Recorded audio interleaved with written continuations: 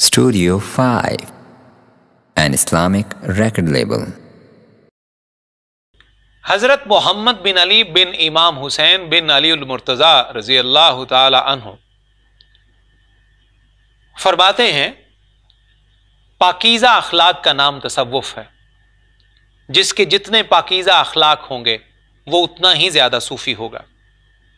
پاکیزہ اخلاق کی دو قسمیں ہیں، ایک حق تعالیٰ کے ساتھ اور دوسری خلق کے ساتھ.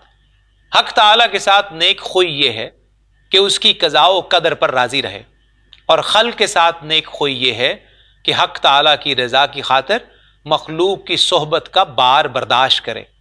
یہ دونوں قسمیں طالب ہی کی طرف راجع ہوتی ہیں، کیونکہ حق کی صفت استغنا یعنی وہ طالب کی ناراضگی اور رضا دونوں سے بے نیاز ہے. یہ دونوں وصف نظارہ توحید سے وابستہ ہیں.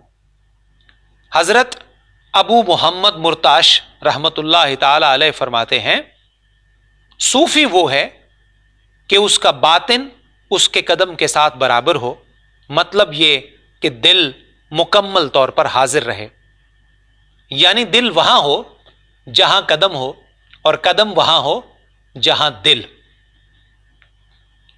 ایک قسم یہ ہے کہ قدم وہاں ہو جہاں قول ہو، یہ حضوری کی علامت بغیر غیوبت کے ہے. اس کے برخلاف کچھ لوگ یہ کہتے ہیں کہ خود ہی سے غائب ہو کر حق کے ساتھ ظاہر ہو، حالانکہ یہ کہنا چاہیے تھا کہ حق کے ساتھ ظاہر ہو کر خود ہی سے حاضر ہو. یہ جمع الجمع کی قبیل کی عبارت ہے، کیونکہ جس وقت خود بخود رویت ہوگی تو خود ہی سے غیبت نہ رہے گی، جب رویت اٹھ جائے گی تو حضوری بے غیبت کے ہوگی. اس معنی کا تعلق حضرت شبلی رحمت اللہ علیہ کے قول سے ہے، یعنی صوفی وہ ہے جو دونوں جہان میں بجز ذات الہی کے کچھ دیکھ نہ سکے.